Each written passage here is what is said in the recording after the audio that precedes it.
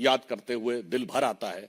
आज 11 सितंबर वो दिन है जिस दिन 11 सितंबर 1893 को स्वामी विवेकानंद ने शिकागो में पार्लियामेंट ऑफ रिलीजन में अपना ऐतिहासिक अविस्मरणीय वक्तव्य दिया था। दुख, 29 साल के उस युवा सन्यासी ने भारत की वो प्रतिष्ठा बढ़ाई थी कि शिकागो हेराल्ड ट्रिब्यून ने यह लिखा था कि इस युवा सन्यासी के पास लगता है ज्ञान का वो समुद्र है जिसकी एक बूंद भी हमारे सारे विद्वानों के पास मिला के नहीं है। और एक 54 साल का युवा आज जाकर भारत और भारतीय संस्कृति को लांछित करने, अपमानित करने की कोई रास्ता नहीं छोड़ता। मैं पूछना चाहता हूं, राहुल गांधी ने आज तक क्या कभी जाकर वहां शिकागो में गए हैं विवेकानंद के उस हॉल में? आज 11 सितंबर है, अगर इस प्रेस को सुनने के बाद भी वो विवेकानंद जी की उस चीज के स्मरण में एक वक्तव्य जारी कर दें तो मैं इसको बहुत बड़ी उनकी उदारता मान लूंगा, क्योंकि ये बहुत साफ है। आपको भाजपा से नफरत हो सकती है, प्रधानमंत्री श्री नरेंद्र मोदी से आपके मन में ग्लानि, हिकारत, इंफीरियरिटी कॉम्प्लेक्स हो सकती है। भारतीय संस्कृति के प्रति अपशब्दों का आप प्रयोग क्यों करते हैं? चलिए, आपने भारतीय संस्कृति के बारे में, भारतीय समाज के बारे में कभी 4 अच्छे शब्द बोले हो, 4 अच्छे वाक्य? आप सारे लोग हैं, मैं आपसे पूछना चाहता हूं, बताइएगा। आप ऐलान उमर से मिलते हैं, मैं पूछना चाहता हूं, भारत के समर्थक कितने सांसदों से आप मिले? एक अमेरिकी सांसद, आप लोगों को शायद ना पता हो तो मैं बता देना चाहता हूं, बेंजामिन गिलमैन, उसको पद्म भूषण मिला था। भारत के डाई हार्ड सपोर्टर थे। He died in 2016।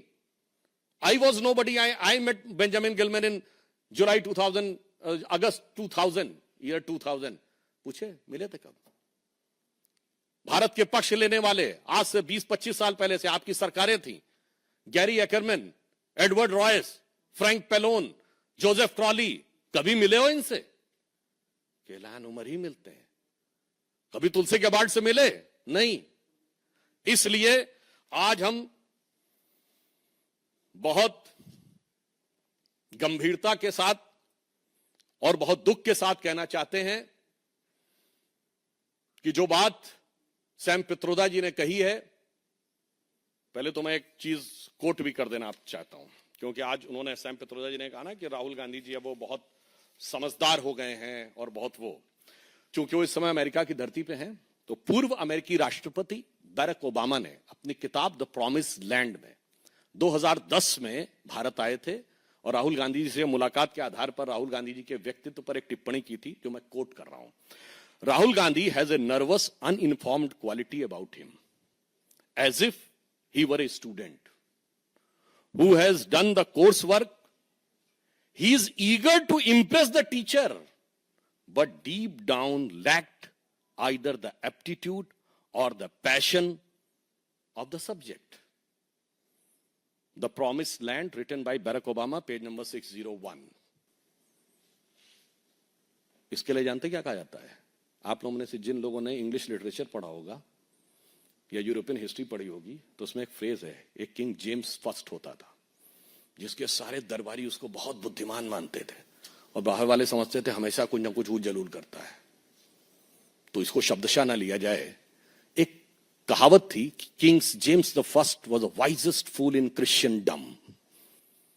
So in my opinion the same thing applies to Rahul Gandhi for Congressdom. अब यहां मैं कहना चाहूंगा कि जो बात अंकल सैम ने कही है, मैं उनकी बात से सहमत हूं। जो उनको संज्ञा दी जाती थी, अब वो नहीं है। अब वो बचकानी हरकतें नहीं कर रहे हैं, अब वो खतरनाक और शैतानी हरकतें कर रहे हैं। अब वो हर उस ताकत के साथ हैं जो भारत को कमजोर देखना चाहती है, भारत को झुका हुआ देखना चाहती है। और मैं कहना चाहूंगा, एक तरफ हमारे प्रधानमंत्री श्री नरेंद्र मोदी जी के नेतृत्व में भारत गर्व, विकास और सांस्कृतिक स्वाभिमान के साथ ऊपर उठ रहा है। दूसरी तरफ वो लोग हैं जो पूर्व में जाकर, मैं आप लोगों के विवेक पे छोड़ता हूं, वो कहते थे कि डिफेंडर्स ऑफ डेमोक्रेसी अमेरिका और इंग्लैंड चुप क्यों हैं। बस राहुल गांधी का एक वक्तव्य कोट करता हूं पॉलिटिकली, जो उन्होंने मार्च 2023 में इंग्लैंड में बोला था।